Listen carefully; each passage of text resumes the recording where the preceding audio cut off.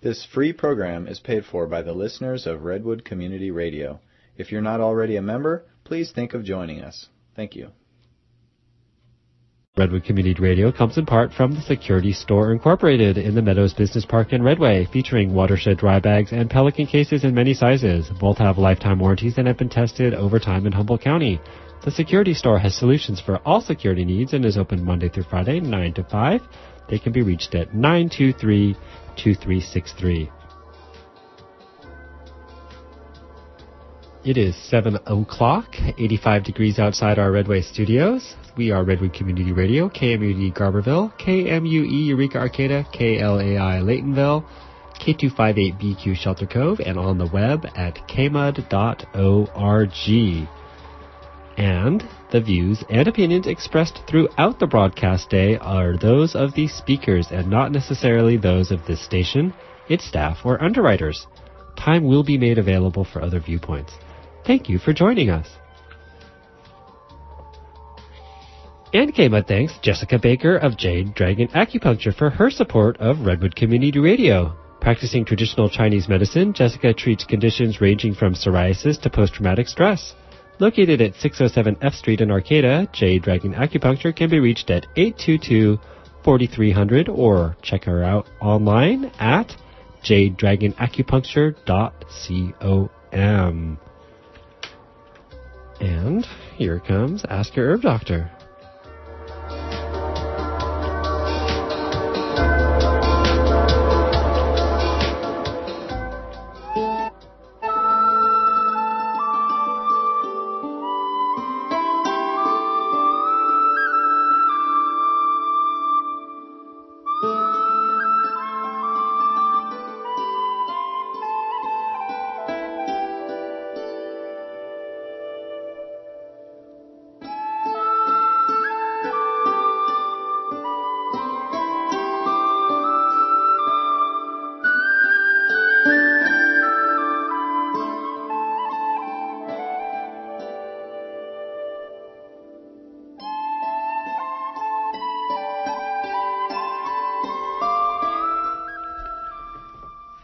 Well, welcome to this month's Ask Your Herb Doctor. My name's Andrew Murray, and for those of you who perhaps have never listened to the show, which runs every third Friday of the month from 7 to 8 p.m., we're both licensed medical herbalists who trained in England and graduated there with a degree in herbal medicine. We run a clinic in Garberville where we consult with clients about a wide range of conditions, and we manufacture all our own certified organic herb extracts, which are either grown on our CCOF certified herb farm or which are sourced from other USA certified organic suppliers. So as per usual, still got the same intro, but Sarah is not joining me today. So you're listening to Ask Your Herb Doctor on KMUD Garberville 91.1 FM, and from 7:30 until the end of the show at 8 o'clock, you're invited to call in with any questions either related or unrelated to this month's subject of environmental enrichment. Amongst other things, we're going to cover a few other topics of interest, as well as look at a couple of recent articles that have caused a bit of a stir and that we are going to refute for the bad science they contain. The number if you live in the area, is 923-3911. So from 7:30 to 8 o'clock onwards, callers are very welcome to call in with any questions about the show's content, either this month's or any previous content they might have questions about. And if you live outside the area, there's a toll-free number. It's 1-800-KMUD-RAD, which is 1-800-568-3723. And we can also be reached toll-free on 1-888-WBM-HERB for further questions during normal business hours, Monday through Friday. So once again, very welcome to introduce a seemingly permanent fixture to the show, thankfully, for his wisdom, Dr. Pete. Thank you for joining us. Yeah, hi. Okay, I guess, as always, I'd like you just to give an introduction of your academic background for perhaps those people who've just tuned into the show and have never heard you before. In the 60s, I taught biology and literature and painting and various things, but then I went to graduate school at 1968 to 72 studying biochemistry, reproductive aging, physiology in general. And since then I've been continuing some of the same projects that I started back in the late 60s. Okay, and you're fairly prolific, I think that's the right word, in terms of producing newsletters that can be accessed by people wanting to make a subscription to your newsletters, and also you're a pretty constant and avid researcher of topics both old and new, finding out the truth, if you like, about where the science is coming from. And that leads me on to a couple of articles I wanted to discuss, or wanted you to discuss, the bad science portion of the articles, because one of them caused a fair amount of stir, in as much as the topics that we've talked about in the past, things like salt being good for you, and sugar being good for you, and saturated fats being good for you. The saturated fat seems to be working its way to the surface now, with the medical establishment seemingly doing a U-turn on the polyunsaturates, saying that the polyunsaturates are bad for you. Now actually the saturated fats are good for you, and hopefully in time here the same thing will happen with sugar.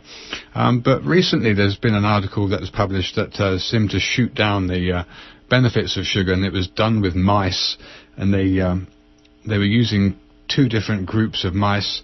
The bottom line with the article was that it was calling sugar poisonous, and was saying that it had the same kind of effects in terms of the results as when they tested mouse groups that were inbred, and that the same negative effects were present in the sugar group as were in the mouse group that were inbred, in terms of their ability to control territory and dominate others, as signs of their healthiness and their ability to find the best place to sleep and mate with the best females. So you're familiar with that study done in Utah, the university in Utah, that said that sugar was bad for the mice, and it caused an early death and all sorts of things. Yeah, it just came out a couple of days ago, and people have been contacting me about it, because it basically says that the amount of sugar, fructose and sucrose in 3 sweetened drinks that Americans, a large part of the population, average that many per day, that amount given to mice causes extremely high mortality, next best thing to rat poison for the high rate of mortality in a period of, I think it was 32 weeks or 36 weeks. Right. 35% of the sugar-reared females died, and only 17% of the so-called stock diet females died. That sounds bad on the face of it, doesn't it? You explain the science behind the findings. Yeah, twice as many deaths in this fairly moderate period of time, just from drinking the equivalent of 3 sodas. And that was so weird and extreme.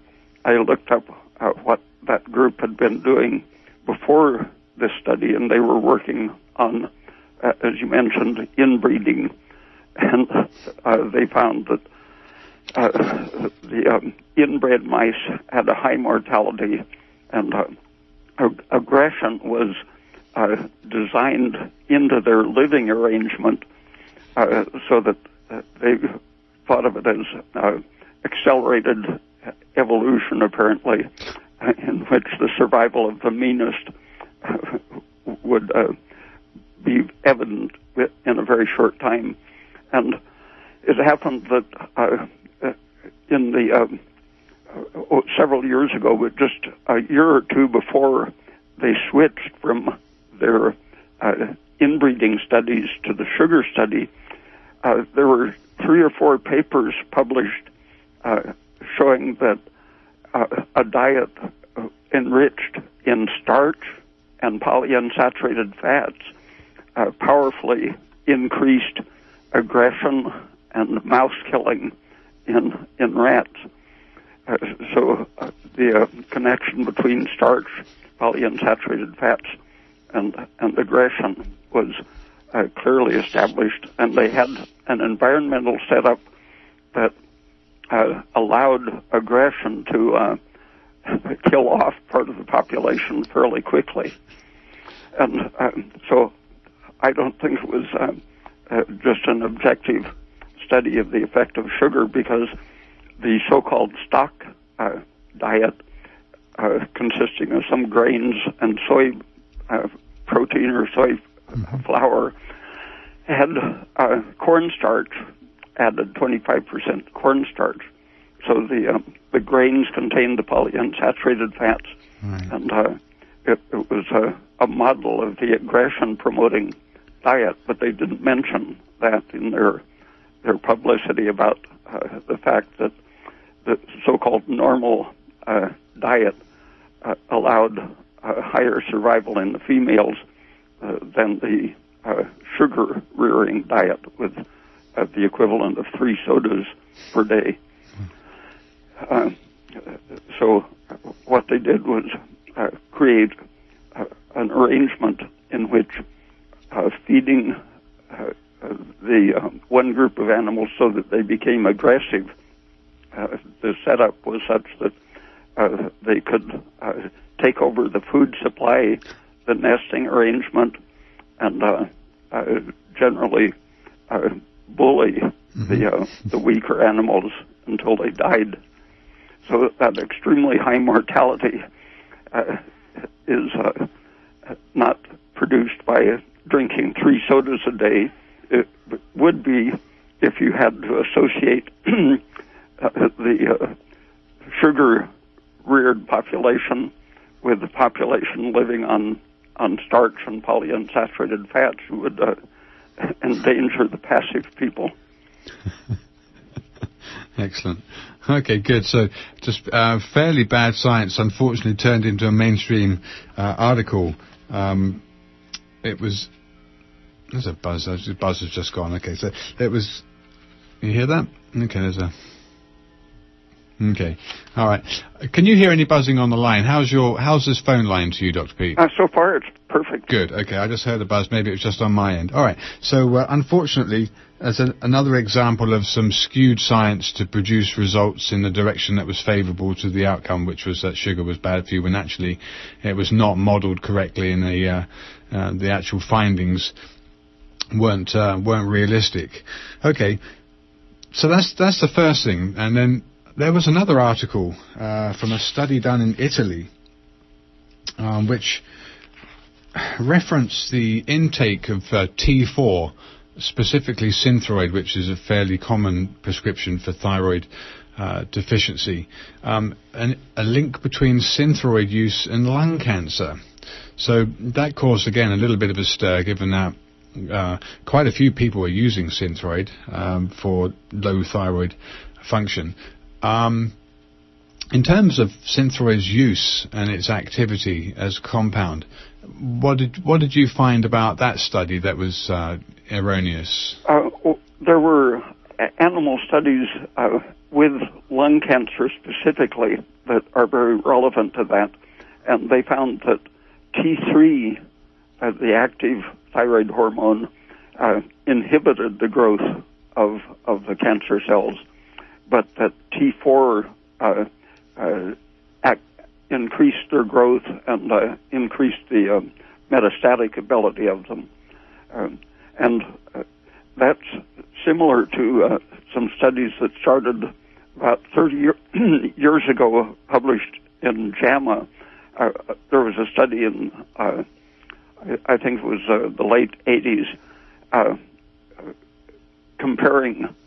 studying a group of 5 women who had been treated for hypothyroidism with T4 only, such as Synthroid, comparing them to a group of women who weren't given any thyroid supplement. So they had chosen a group of hypothyroid women and reported that the ones who received the T4 or Synthroid had a higher rate of osteoporosis.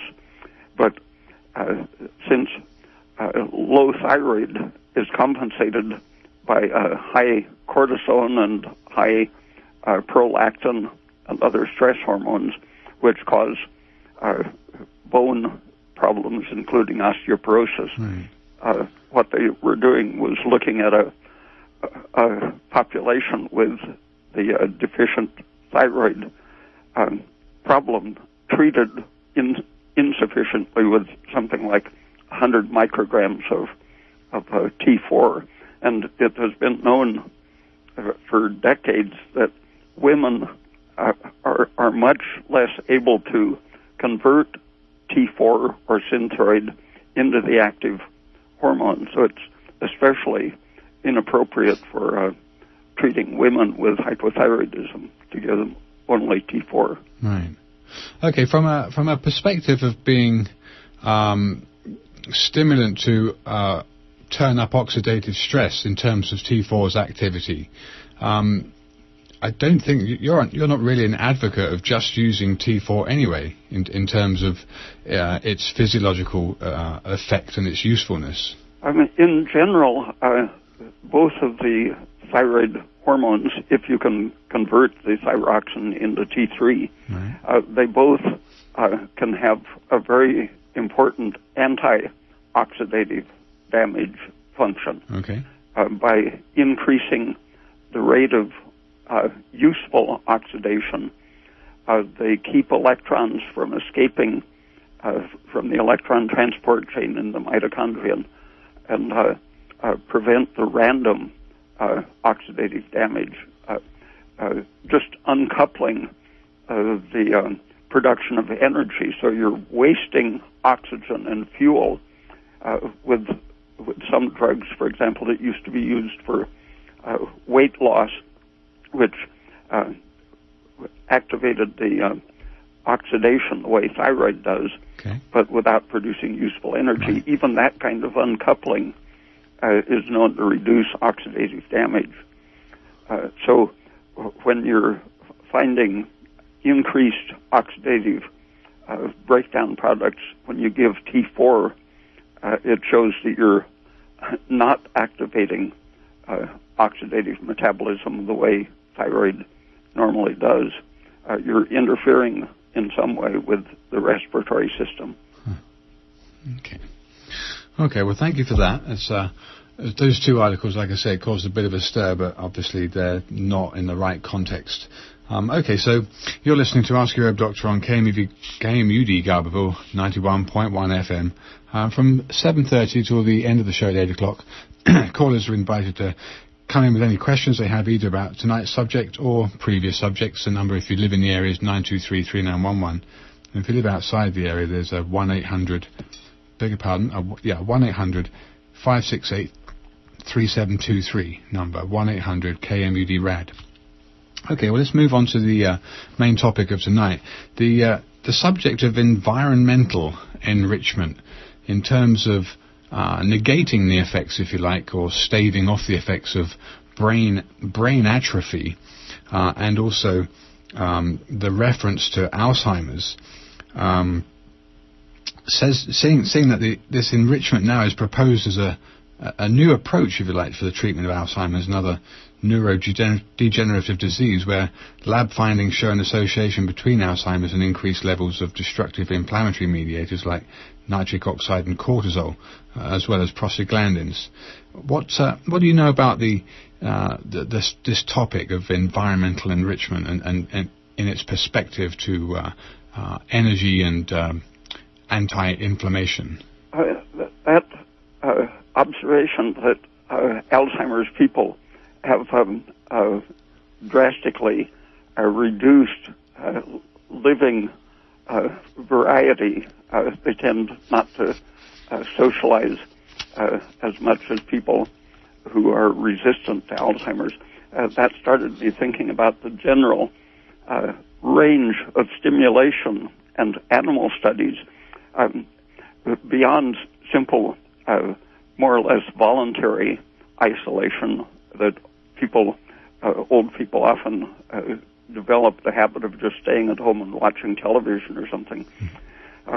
Beyond that, animal studies did various things, isolation at different ages, separating the baby animals from their mothers right after weaning,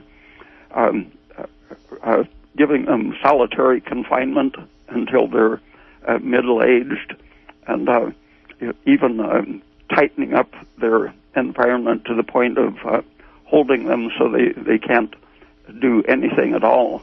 There's a gradient all the way from living in a playground, basically, with slides and wheels and various colored objects, balls to push around and so on, all the way down to being rolled up in a blanket so you can't move.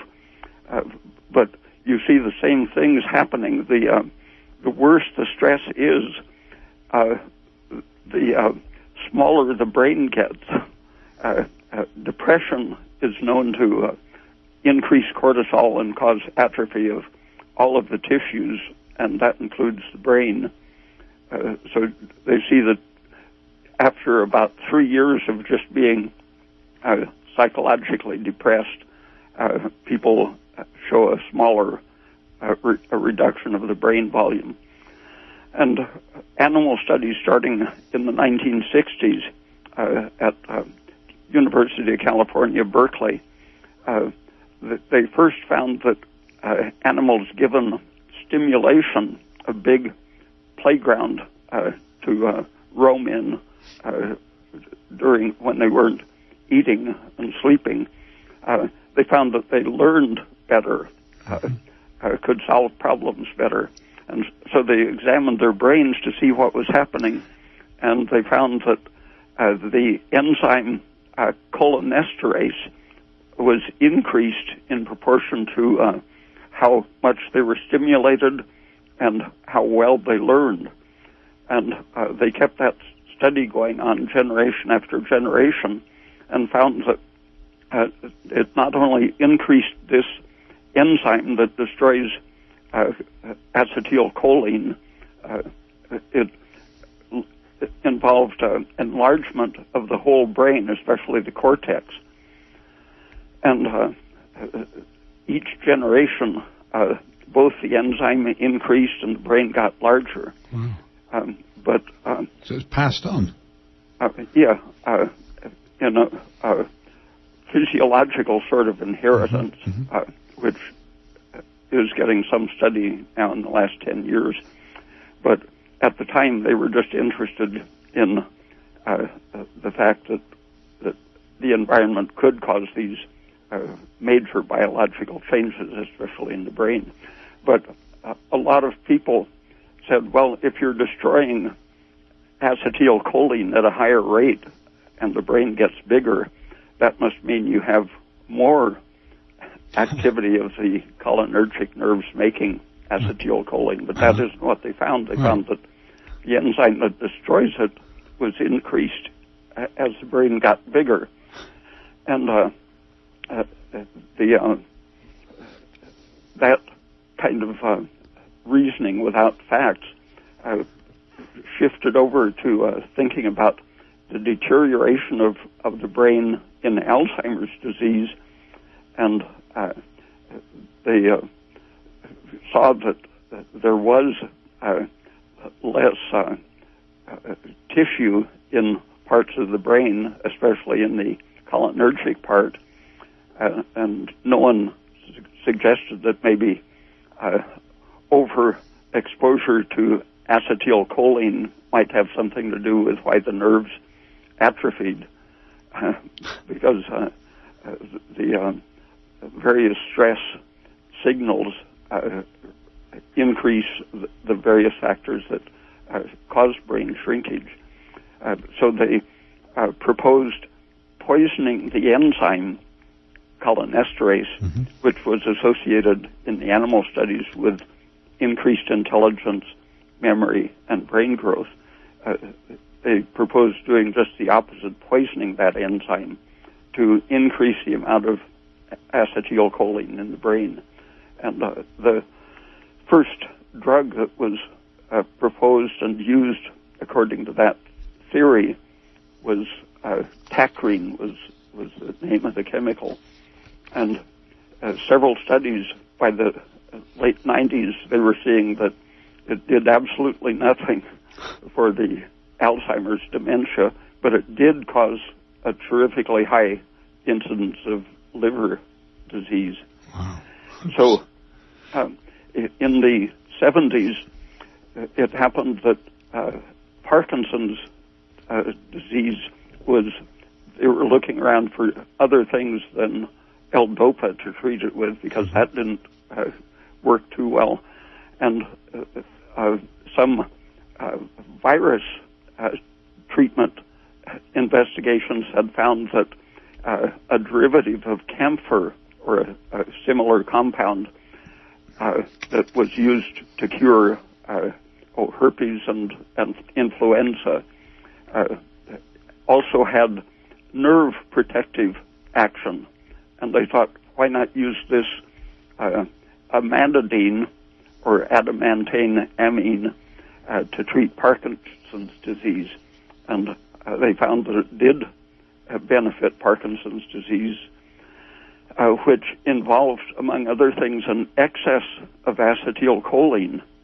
Okay. And this amantadine was known right from the time of the virus studies.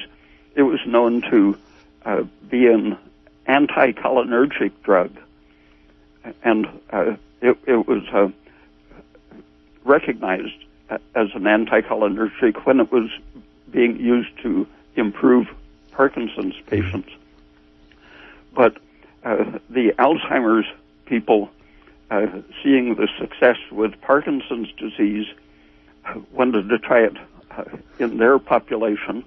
But since they were already treating with something that increased the cholinergic acetylcholine, they couldn't very well switch right over to something absolutely opposite to inhibit the cholinergic system.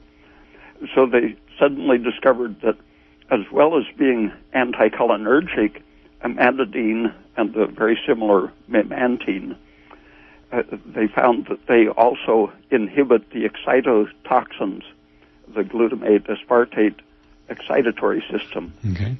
So suddenly this anticholinergic drug became an anti-excitatory drug and was fit to be used in Alzheimer's patients in combination with tacrine or the galantamine or other drugs to poison the enzyme which this new drug was activating. Wow. Do you know, are these two compounds you mentioned, tacrine and galantamine? Amantadine. Oh, mm-hmm. And memantinine. Are they still prescribable drugs, or they? Oh yeah, memantine I think is now a standard Alzheimer's treatment, along with whatever toxin of the cholinesterase. Okay, inhibiting. So this was because I was always, in terms of my physiology, studying herbal medicine, I was always taught that acetylcholine was a very important neurotransmitter, and it was mopped up in a synaptic cleft by acetylcholinesterase, and that prevented any overstimulation firing. So for what you were just discussing right now, we're talking about a kind of excess situation where there's an excess.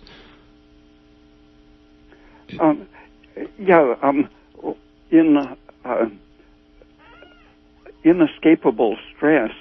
Right. There you go.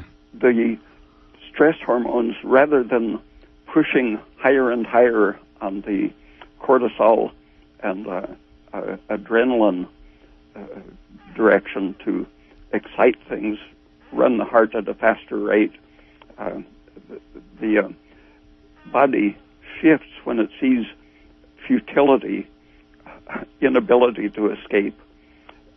It can simply switch gears and turn off that system and turn on the acetylcholine cholinergic system. And the confinement, inescapable stress, which is the extreme of isolation, the extreme opposite from enriched environment, this turns on the the cholinergic dominant system, which lowers blood sugar, and in consequence, lowering the blood sugar activates histamine release. Some of the acetylcholine nerves, such as the vagus nerve, amplify their influence by releasing histamine, which it's very similar in its effects to acetylcholine. So you can think of this kind of inescapable stress as turning on the histamine type of cholinergic reaction. So this is really a kind of death situation. This would be going towards death and away from life. Yeah. Biologically. In the learned helplessness experiments of the 60s, Martin Seligman is the person who made that famous. He's now doing military research. Whoops. But, he found that if you almost drowned a rat but saved it, even the rats that saw it being saved would swim on for days before they drowned. And if you put the saved rat back in, the experience of being saved would cause it to swim much longer than the average rat, which might give up after a day. That sounds like the seed of hope to me. Yeah, but if you simply held the rat in your hand until it got the idea that it was powerless, one experience of being unable to escape, you would drop it in the water and it would basically drown in 30 minutes. Wow. Far out. Go ahead. The state of the heart, they found, was in a turned-off state, basically a cholinergic anti-mobilization of energy state. Wow. We do have a couple of callers, Dr. Pete. Thanks for that explanation. That's pretty profound. So let's take the first caller. You're on the air? Is that me, please? Yeah, you're on the air. And where are you calling from? From Oregon House, California, which is close to Nevada City. Okay, thank you. Yes, the first question has to do with toe fungus. Dr. Pete, you mentioned in the past that sulfur was good for fungus, and I was just wondering if it would work with toe fungus and if I should use some DMSO to get it in there. And the second was, I was wondering about your thoughts on irradiation of food. There's a 10% sulfur soap sold at drugstores. They might not stock it on the shelf because it's too cheap, but it works very well for athlete's foot anywhere on the body. This is a bit deeper than athlete's foot. It's actually in the nail bed. Once it gets into the nail, it's very hard to get anything in there. But it's possible that DMSO would help it penetrate through the nail. But the fungus actually lives right inside the thick nail material. I have been using a Dremel to thin it out as much as I can bear, but I'll try that too. So about irradiation of food, do you have any thoughts about that? It's been known for a long time that it breaks down all of the fragile, easily oxidized nutrients, changes some of the amino acids, turns tryptophan into some toxins. The advocates of it, the radiation waste disposal industry, it's a good way to get rid of radioactive waste, to put it into factories. But they do studies and claim that it almost doesn't change the food at all. Right. It seems like the idea behind it, in part at least, is that they could supposedly drop their sanitation standards to zero and then rely on their irrigation to kill bacteria. Right. Yeah, but it does. It changes the flavor fairly drastically. It gives it a rancid flavor almost instantly. Great. But the public gets accustomed to degraded food. So. Yep. Okay, well, thanks very much. Thank you for that call, caller. Okay, do we have any other? Yeah, Michael, let's take the next caller, please. Yeah, hi. I'm calling from the Salmon Creek watershed, and I got a question about kava, that, supposedly the most powerful anxiolytic there is. And all of this, am I on air? Hello? Yeah, you're on the air. I can hear you. Okay. Yeah. And all of the studies done, I went to an herb school in the eastern part of the country, and it was my teacher's favorite herb also, and it's something that I use chronically, anyways, and the thing that I'm curious about is, I've heard that a lot of the studies done that say that it has liver damage were done on, one of those studies where they gave us the above-ground parts instead of just the below-ground parts, and I'm just curious about your thoughts and opinions on that, and if you know anything about that study. Yeah, I do.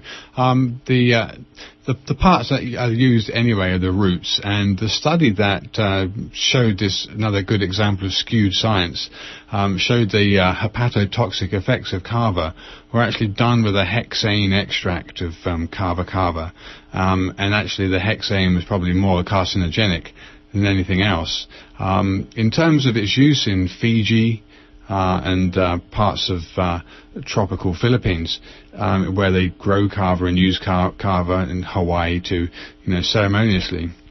There's no real recorded incidence of any liver toxic effects of it. So you would think, I know that's probably an aqueous extract, so I don't think they use ethanol to extract it, which is typically extracted in a 45% or 60% ethanol. You can I've definitely made fresh kava tincture with 95%. Okay, and it works great. Yeah, well, that was the main bit of science that came out, was with a hexane extract, and I believe it was to animals. It was in an animal study, so I think it was a rat or mouse study that showed liver damage, and the liver damage almost exclusively was down to the hexane. Well, do you see any long-term negative effects of using kava tonically? I can't say that I've witnessed any long-term effects myself. I know a lot of people use it for skeletal muscle relaxation. That's its main indication, is to relax skeletal muscle, which is why it's termed an anxiolytic. I think ceremoniously when it's used, it's probably ingested in large amounts, and so I think it does have a fairly profound relaxant activity. If you were to use kava in a quote therapeutic sense, the dose would probably be nowhere near as much, and you'd probably experience some general anxiolytic action, but not as profound perhaps as you would if you were in a kava ceremony. Totally. I feel like the way it makes your mouth tingle, it makes your whole mind and body tingle too. That's how it works. Yeah, that's the hallmark of kava. Well, thanks for your input. Yeah, you're very welcome. Have a good one. Yeah, bye. Thank you for calling. Okay, we have another caller on the line. Let's take the next caller. Hello? Hi, you're on the air. Yes, I want to ask something in regard to the thyroid. Now, my situation is my thyroid is a bit low, and they have me on 88 micrograms of something I think they call levotiroxine. Yeah, levothyroxine. Okay, is that the same as the Synthroid? Yeah, it's T4. Okay, it's T4. All right, now, sometimes I get the 3 and the 4 mixed up. And I asked the doctor, the endocrinologist, do I need to take the T3 as well as the T4? And he said that we convert T4 into T3 automatically. Yeah, well... Is that true? Do we do Dr. that? Pete? Automatically? The reason women have 5 to 10 times the number of thyroid problems of all sorts than men do is that their liver is relatively unable to convert T4 to the active T3 hormone efficiently. In the 1940s, when T4 was synthesized and brought out as a product, it was tested on male medical students, and it worked in them just the same as Armour thyroid extract.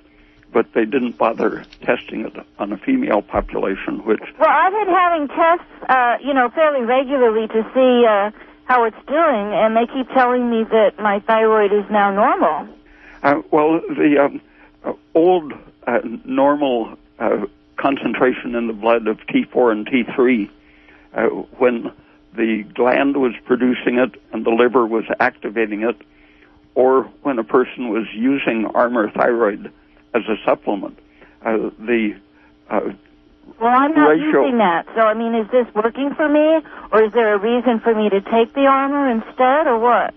Well, if you have any symptoms of hypothyroidism remaining, then that would mean that your liver isn't activating the T4. Well, when they do the blood test and they say that my thyroid is at a normal level,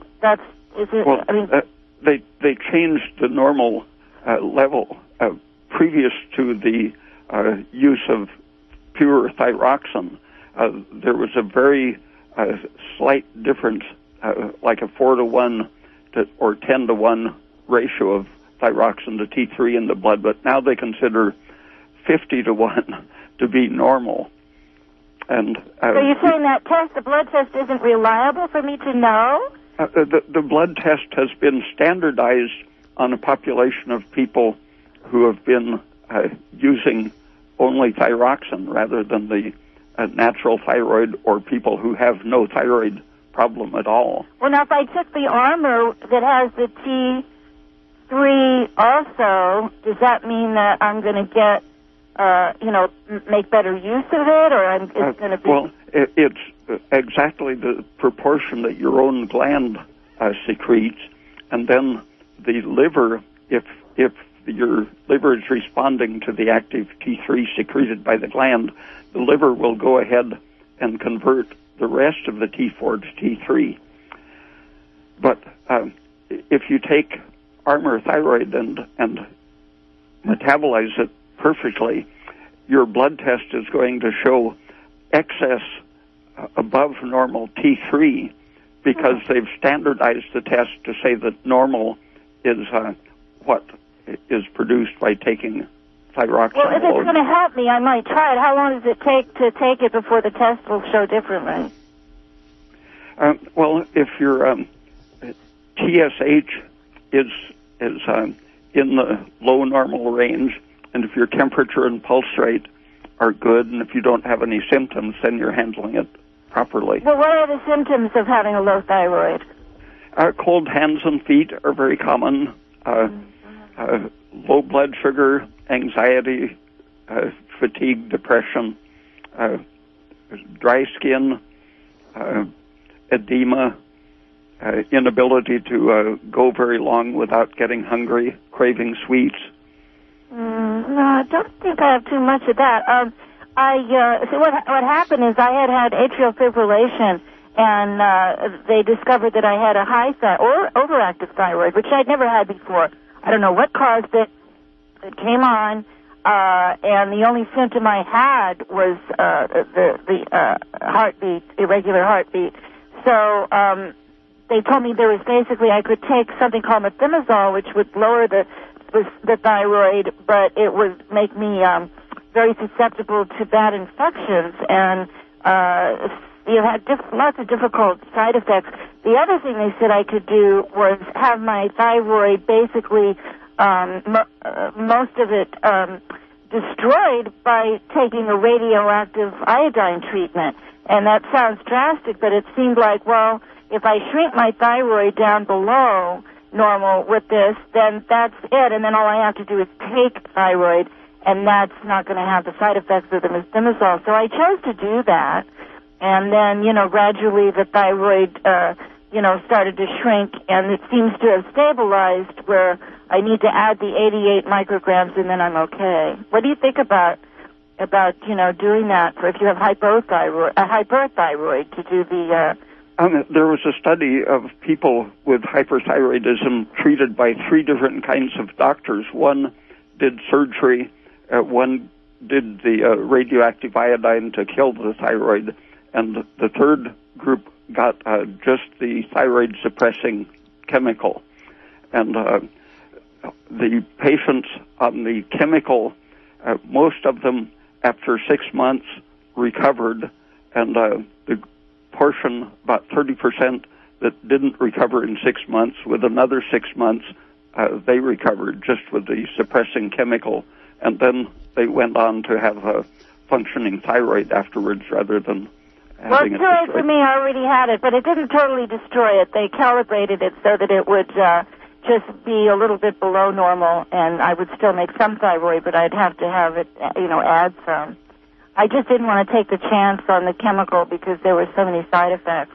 Whereas once you lower it with the radioactive thing, then that's done.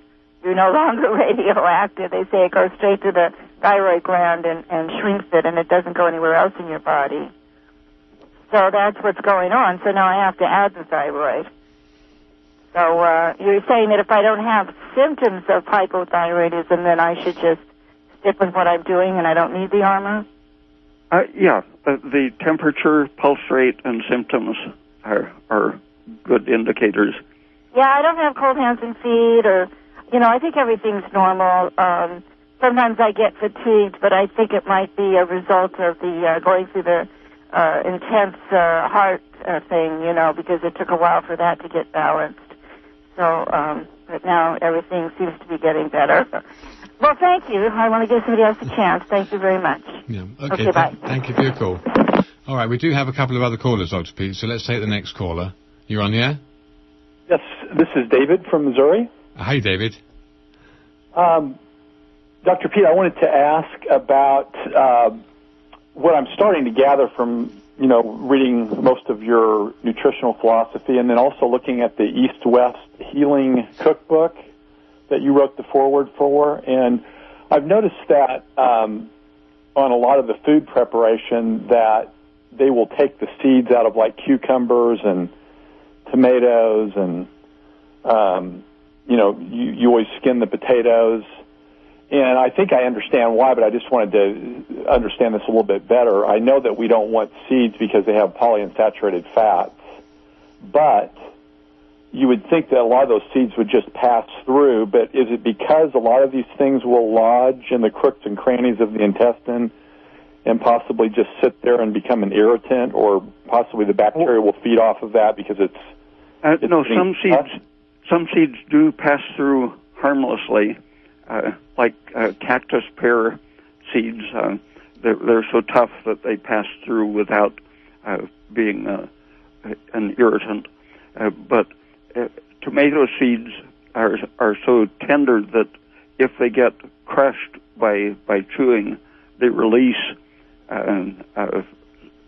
fairly toxic materials, protein oxidizing, and seeds in general are protected for the plant's benefit by toxins that are aimed at whatever predator threatens them. So many seeds contain toxins that are intended to prevent mammalian enzymes from digesting them. Aha. So like a blackberry seed, blackberries, they seem so good, but those seeds, they seem like they're just going to get stuck in the intestine somewhere. They're so hard. Is that a possibility? Are those going to pass through, or are they going to create that toxic effect? They pass right through unless you chew them and have an allergic reaction. Okay. And so like the potato skin, obviously that is not digestible, so that's going to probably sit in the intestine and feed bacteria, or is that going to pass through too? No, cellulose is a very harmless fiber because bacteria generally can't break it down. Only a few types of bacteria can attack cellulose. So it passes through just as bulky fiber. But the potato family, like the tomatoes, the whole family includes chemicals that are highly allergenic. So if you're allergic to tomatoes, you're likely to have some reaction to chilies, eggplants, and potatoes too. So you're saying just the whole potato in general, or the skin itself? Well, the skin has the most allergens. Okay, so it is a good idea to peel that then, more than likely. Yeah. Okay. And then the other thing is, I've noticed that you recommend, it seems like, you don't say for sure on this, but you usually will say just plain white sugar rather than like like if you go in the health food store now, they're always promoting these cane organic sugars that aren't refined, so they're not white, they're like brownish colored and different things. I guess the problem with these things that are not more purified is that they have allergens in them, or possibly things from the processing of the different substances. Is that?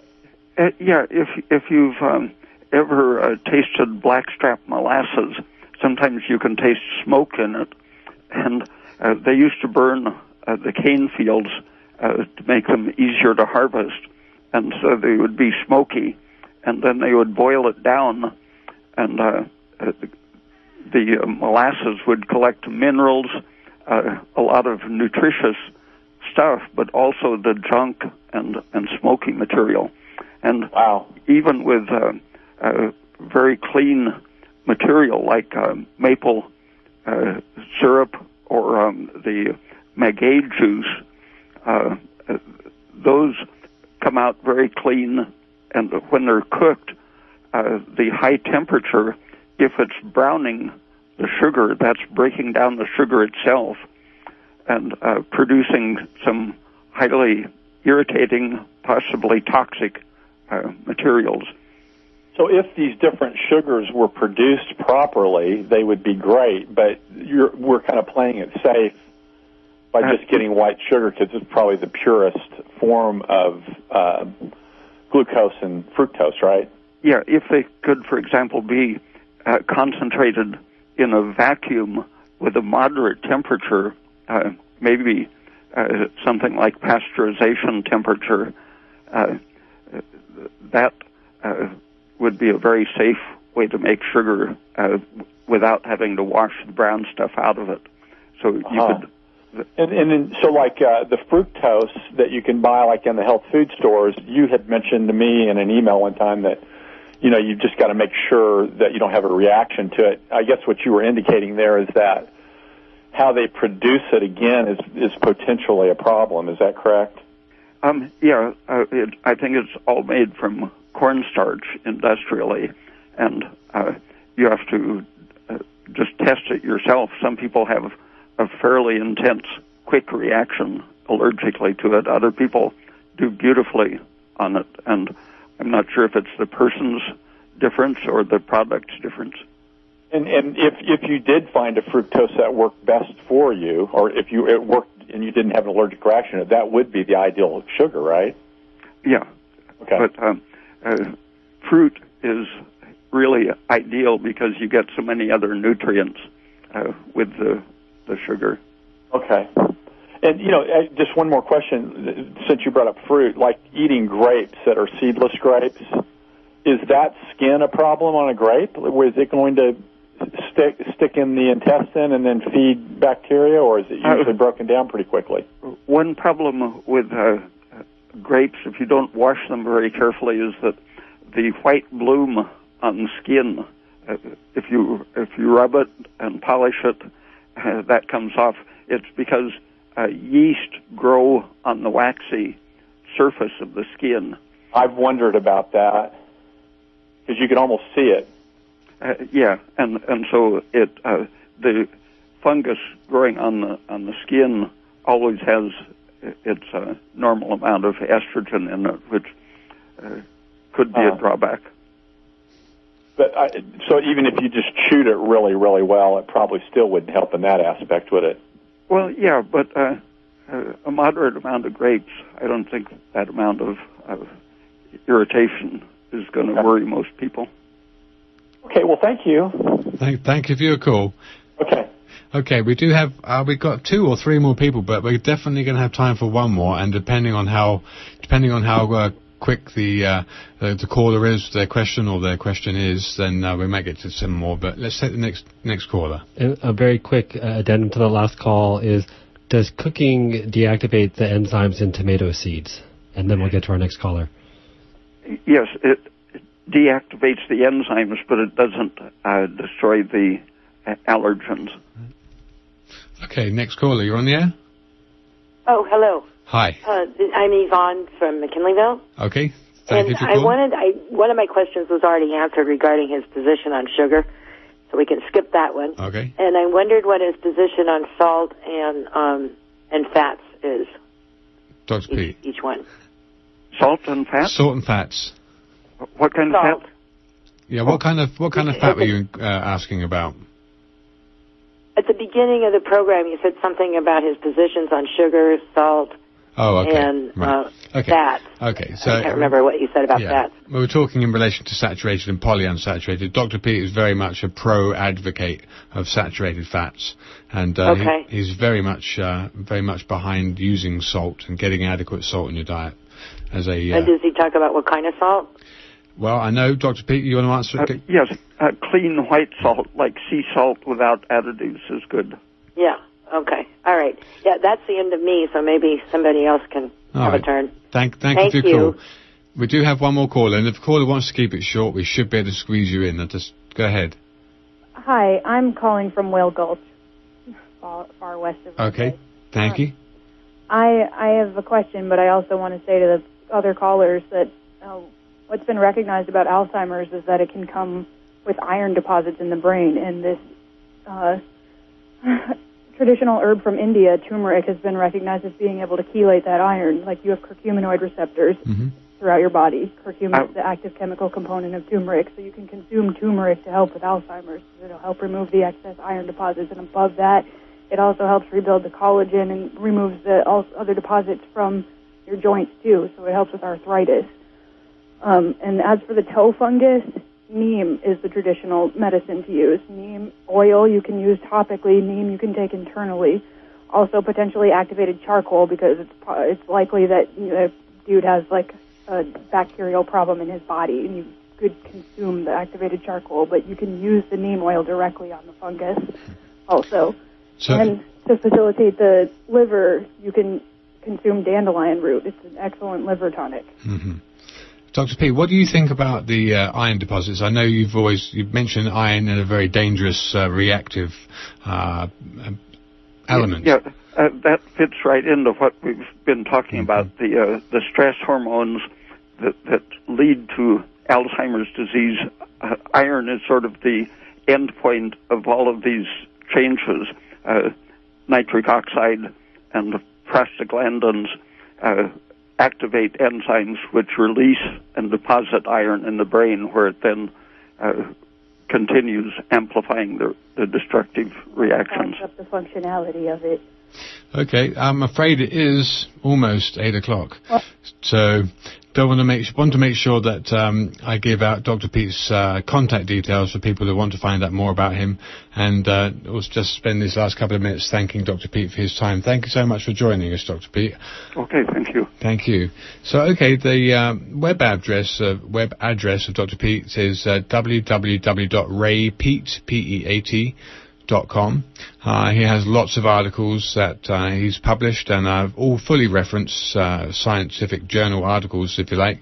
So go to his website. He's got a big resource there for information, not just on tonight's topic, but lots of information on thyroid, hormones, good fats versus bad fats, salt, sugar, etc.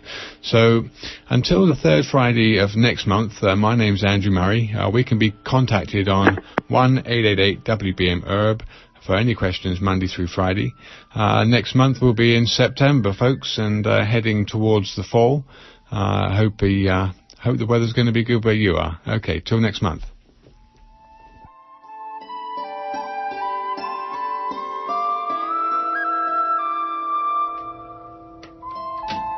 Support for KMUD comes in part from Golden Dragon Medicinal Syrup, an herbal elixir made without heat or ice. Golden Dragon Medicinal Syrup is edible, topical, cosmetic, and water-soluble. Information is available at goldendragonmedicinalsyrup@gmail.com.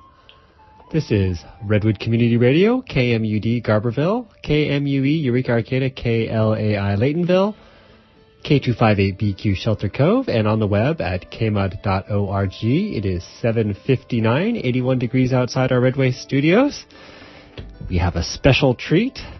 Little Rock is sitting in, but you will get just as funked up as you normally do. So enjoy.